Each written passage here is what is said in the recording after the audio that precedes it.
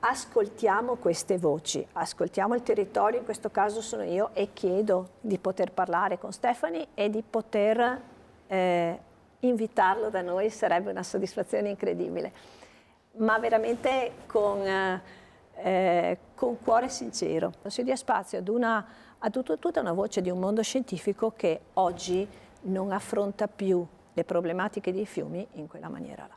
È un appello accorato quanto urgente quello che Marianella Tormena fa dai nostri studi al neopresidente del Veneto Alberto Stefani, che sulla sua scrivania tra i dossier più pesanti troverà il grande progetto per un bacino di laminazione sulle Grave di Ciano, opera dal costo stimato fino a 150 milioni di euro, oggetto di un feroce braccio di ferro tra territori e istituzioni di ordine superiore, non solo Regione Veneto. Da un anno a questa parte è stato individuato un commissario governativo, si tratta di Marina Colaizi, segretaria generale delle autorità di bacino Alpi Orientali. Noi abbiamo anche iniziato a fare dialogo con la dottoressa Colaizi, persona squisita tra l'altro, che è comunque venuta a vedere il luogo,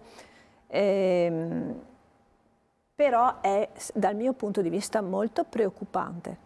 È molto preoccupante perché c'è un soggetto che ha un solo compito, fare quella cosa là. E quella cosa là è un bacino di laminazione che insiste su 555 ettari, quasi un terzo dell'intero territorio comunale, per 35 milioni di metri cubi di terra da asportare, stando almeno agli ultimi dati disponibili. Un'opera che Tormena da tempo definisce devastante, in questo supportata dai comuni dell'intero Montello. Le Grave sono area SIC e ZPS, cioè zona protetta. La maxi cassa di espansione è giustificata da esigenze di sicurezza pubblica per evitare effetti catastrofici come nell'alluvione del 66, ma per il sindaco la premessa non starebbe in piedi, meglio puntare su bacini diffusi e soprattutto sulla pulizia dei laghi, il cosiddetto dragaggio, non solo. Parimenti dubito di quella sicurezza, perché le piene, le sappiamo, a me con Vaia telefonarono ore e ore prima, mi dissero guarda che ti arriva, e non avevamo nessun problema noi.